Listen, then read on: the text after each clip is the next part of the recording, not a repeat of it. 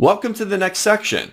During this section, we're going to be talking about a very powerful tool and add-in within Microsoft Excel called PowerPivot. Now, before we jump in and start to utilize this tool and some of its functionality, I want to talk about the why. Why should you be interested in Excel PowerPivot? And what is this tool, this add-in, going to do for you? So let's talk about this first. Excel PowerPivot.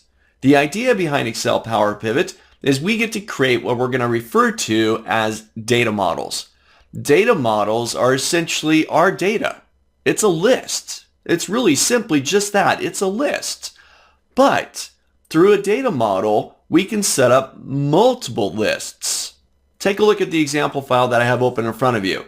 This is the same one we've been using, Excel 102 exercises. And inside of here, I've got two worksheets that I want to direct your attention to. First one is customer info. The second one right next door is called order info. Now, these two data sets are actually coming from an Access database. This is based on the Northwind sample database that gets shipped with Microsoft Access. I've just imported this data directly into this Excel document. Now, back inside the database, this is two separate tables, customer info and order info, but they are related data. There's some type of relationship between these two sets of data.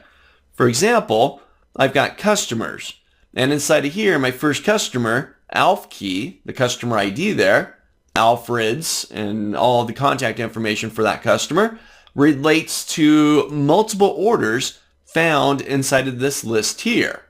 If I were to go up to the customer ID column inside of order info and sort by this, I'll just do a quick little ascending sort, we can see that there are, how many is that? 6 records related back to that Alf key customer, which is back inside the customer info worksheet. So there is a relationship between these two bits of data, customers, and those customers have orders.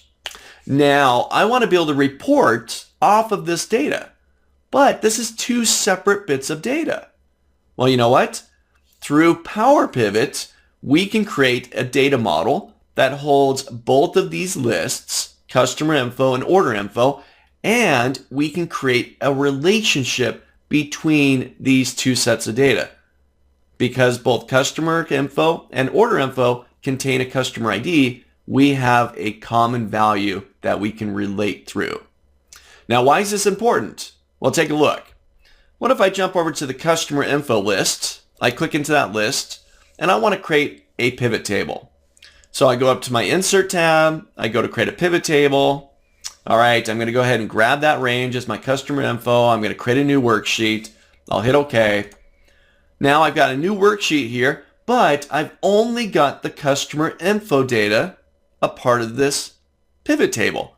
I need the order info as well because I want to be able to create a report based off of both of that information.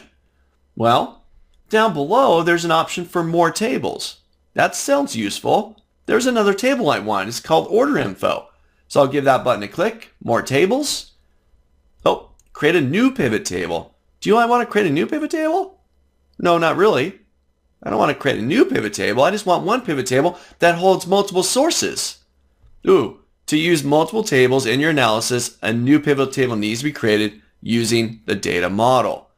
So I've got to create a data model first, which holds both of these sets of data, create the relationship between them, and then create the pivot table. This is why this is so important and so powerful. We can now take multiple sets of data, whether they live inside of Excel or outside.